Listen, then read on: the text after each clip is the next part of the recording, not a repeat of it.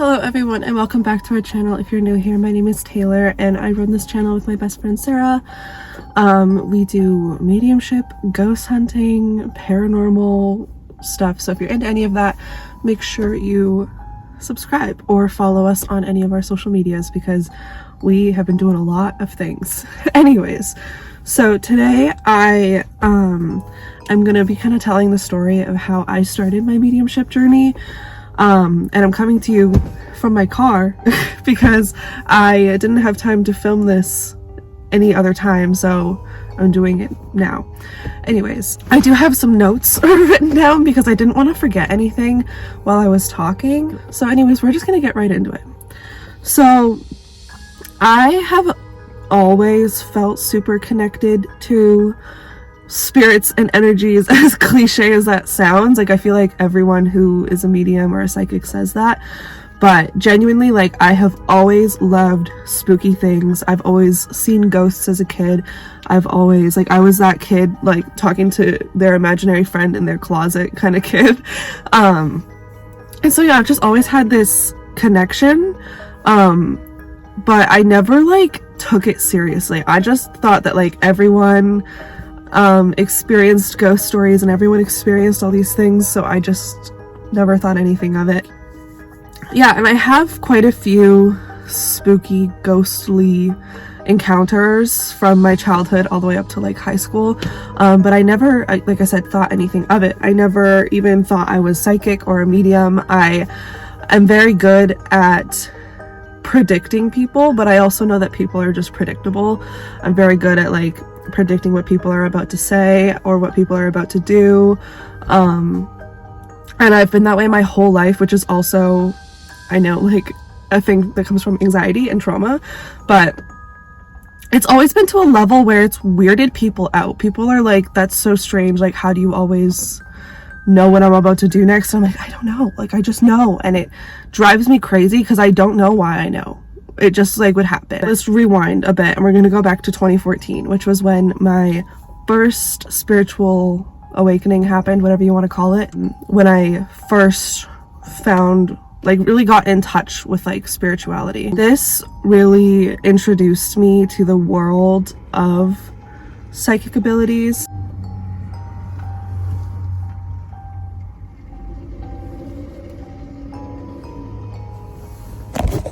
But anyways, sorry, someone like saw I was filming and then they drove behind me really slowly. Well, like, you saw it, I'll keep that part in.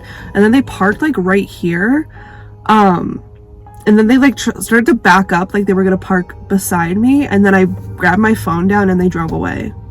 So anyways, I don't know what that was about. So my spiritual awakening in 2014 really, like, I started to open the door a little bit more into knowing what psychic abilities are. I didn't even know what they were. I thought like psychics and mediums were just like fortune tellers and, you know, like kooky people or whatever, which now I know that's not true. So that's all that I really got out of that. Obviously I kept having experiences. I kept, you know, having all of these like psychic moments and not knowing what they were, so I just still let it be. I didn't think that I was psychic. I didn't think I was a medium. I didn't think anything of it. We're gonna fast forward to February of 2020. I had what I call a sober ego death. I don't know what it would be called. I've looked it up and I've tried to figure out what it is, and I guess the closest thing I would call it, other than like a sober ego death, is like a psychic awakening. So basically, like, I won't get too far into it because it's a lot, but I had this really intense, sorry, there's like so many people just like suddenly all around the parking lot.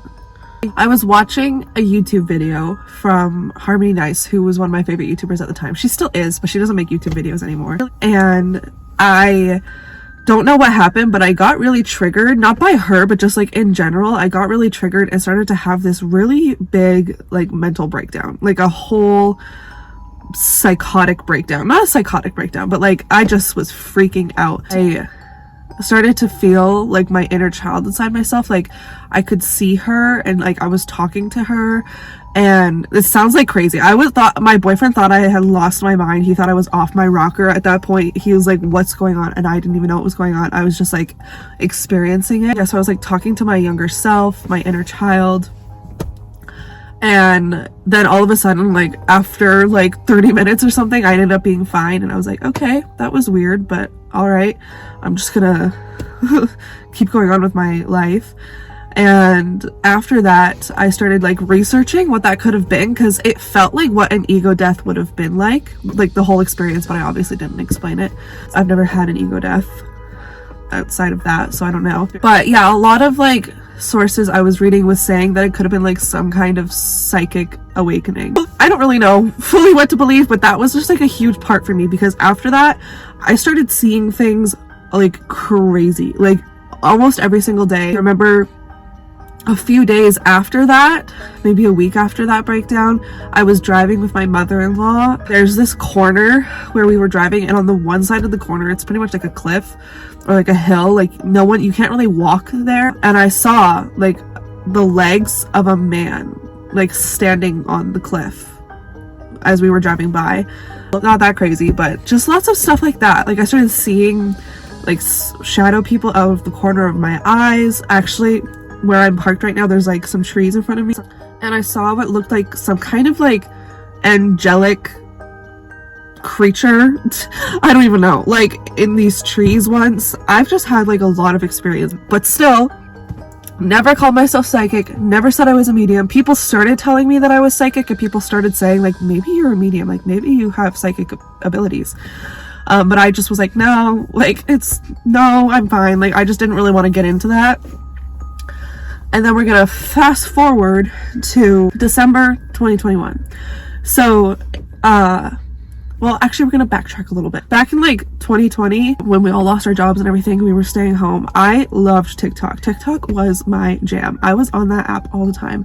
Now I don't like TikTok anymore. I still have it. You can follow me if you want, but I don't really post anymore. But I found Sarah's account on TikTok, and because she was like blowing up at the time, I became like a very active follower. This sounds like a stalker story. I became a very active follower of hers because I just loved the content. I loved everything she was posting about. I just thought she had really great information and content. And I had even like DM'd her a couple of times asking her questions, because at the time I did want to get a reading from her. I just like wasn't ready for it. And then like fast forward to December of 2021, Sarah messages me and she's like, hey, do you want to do like a reading swap, because we're both psychic tarot readers? And I was like, yeah, like that sounds so fun, like I would love to. And I fangirled a little bit because I have been following her for so long and I've been like obsessed with her content. So I was like, yes, of course. So we kind of talked about it in another video. I don't think that video's up yet, but I did a love reading for her, and for me she just did like a general like psychic reading, and they were both spot on.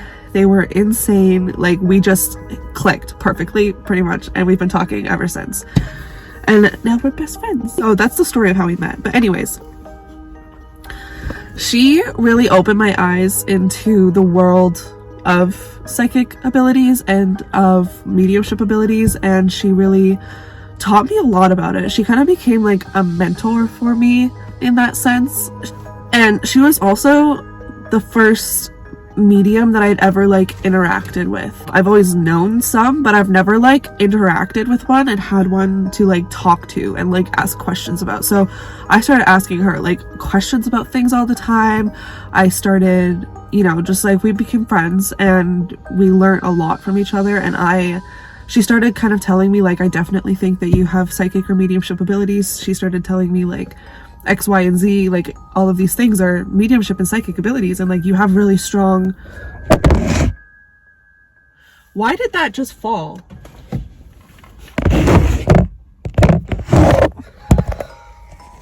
I've been recording for 8 straight minutes and then my phone just decided to fall.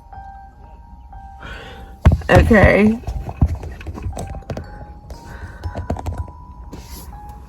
Anyways, so what was it? Oh my gosh, what is going on? Oh my goodness, oh my gosh, by golly, what time is it? Okay. I have to meet my boyfriend for lunch and I just didn't want to run out of time. Yeah, so she really just kind of like held that space for me and was able to teach me like everything I needed to know, and from there my mediumship abilities just spiked. They skyrocketed, and now I have had many clients and successful readings, and I have been able to supply evidence of my abilities through these sessions, and it's just been a wild ride. So that's kind of like the gist of my mediumship abilities. I believe that I was always a medium. I just never fully stepped into it until last year, and now it's been pretty much about a year of me actively practicing my psychic and mediumship abilities, and it's been so much fun. It's been scary and draining, but it's been so much fun. And so I also thought that I would answer some like frequently asked questions that I get asked a lot, or I know that like we both get asked a lot, just because. Okay, so the first one is, what is your favorite way to practice? So every medium practices different ways, but how me and Sarah love to practice, we haven't done it in a while, but whenever we are sensing something or we're seeing something psychically, we will take a picture of that area and send it to the other person and just say like, are you picking anything up? Or like, what do you sense from this? Do you see anyone? Without any context, that's just all we'll say. And then the other will reply back with what we're seeing and what we're sensing. And I just think it's a really good way to practice, because 9 times out of 10 we're seeing the same thing. And we've had some really crazy experiences with like this one spirit that came to her in her basement, and I'll let her tell that story because it was more of her experience than mine. But that's our favorite way to practice, is just kind of like pop quizzing each other. Just like giving each other like pop quizzes is kind of our favorite way to practice. I also like to practice by channeling like my past loved ones, or like people around me, like some of my friends and family will give me permission to channel for them or channel their past loved ones, so that's a good way to practice too. Always make sure you have permission though, because you don't want to kind of like overstep a boundary or like invade their personal space or personal life. That's my favorite way. There's tons of different ways to practice. So I also really love meditation. I am a certified meditation teacher, and so I really like using meditation as a way to practice as well, but that's kind of, it's not as fun. So another question that people seem to just ask mediums in general a lot is, if you see things all the time every day, like why are you still scared? Like why does it still scare you? And what? Why?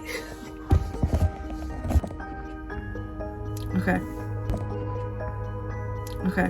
Basically, just because we're seeing things all the time doesn't mean that we are expecting it. Like, it comes out of nowhere, and especially because we can still pick up on negative energies and negative entities and spirits with negative intentions, and that's really scary, especially if we're in a place where we're not like psychically protected well, or you know, we're feeling very vulnerable. Like that can be very scary, and especially because depending on your psychic abilities, if we can see them, that's some of them are really scary looking. That's my experience anyways.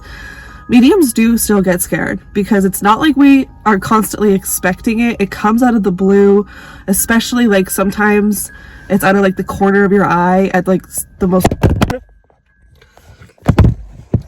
We're gonna put my phone here and we're gonna finish the video here because it keeps falling. What is going on? Anyways, so that's essentially my answer to that. I'm sure Sarah might have another answer. She can answer that question in another video.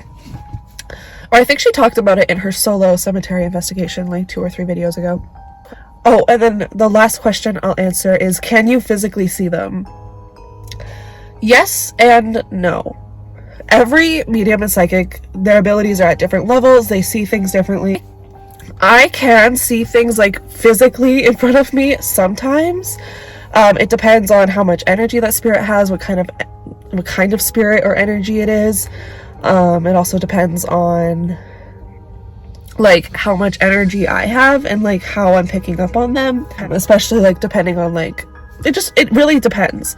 So yes, I can physically see things in front of me. Like when I was talking about the thing in the trees, that was physical. And when I saw like the man's legs on the cliff, that was physical.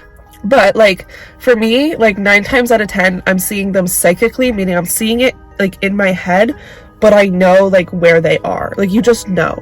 You know what I mean? Like I don't know how to explain it when people ask me like, how do you know? And I'm like, you just do. Like that's a whole other question, like anxiety versus intuition. But how I kind of, I'll just kind of, I guess, add that into this question. How I kind of rule out like if it's anxiety or intuition, or how to trust my intuition, is if it's something that like I wouldn't normally think of, or it's something that like comes out of nowhere. That's typically my intuition for me. And also, I don't know if this is the same for Sarah or other psychics. When it's my own thought or it's my own anxiety, it's kind of like right here. Like I can, this is gonna sound so strange. When I'm thinking about it, it's like in the front part of my brain, because that's your frontal lobe, that's where your nervous system. I'm a psychology major. Don't get me started on the nervous system. But so that's kind of like, that's where anxiety lives, is in your frontal lobe. When it's my intuition, I feel like it comes from like farther back in my head, if that makes sense. I really don't know how to explain it, but you kind of slowly within practice figure out ways of like picking up on whether it's your intuition or anxiety or your own thoughts. Sorry, that was a horrible answer. I just can't think of like how to answer that properly. Anyways, I gotta go now. So I hope you guys enjoyed this video. Thank you so much for watching. If you have any more questions for us, please leave questions in the comments or DM us on Instagram. I'll leave all our links in the description. We want to do more Q&A videos and stuff like that. So thank you so much for watching. Make sure you like, subscribe, and comment, because it really does help us out a lot. And we have tons of cool videos coming up. We have a couple more videos that we filmed together that we need to post, so stay tuned for those. Those are super exciting. So anyways, thank you guys so much for watching. I love you, and I will see you in my next video. Bye.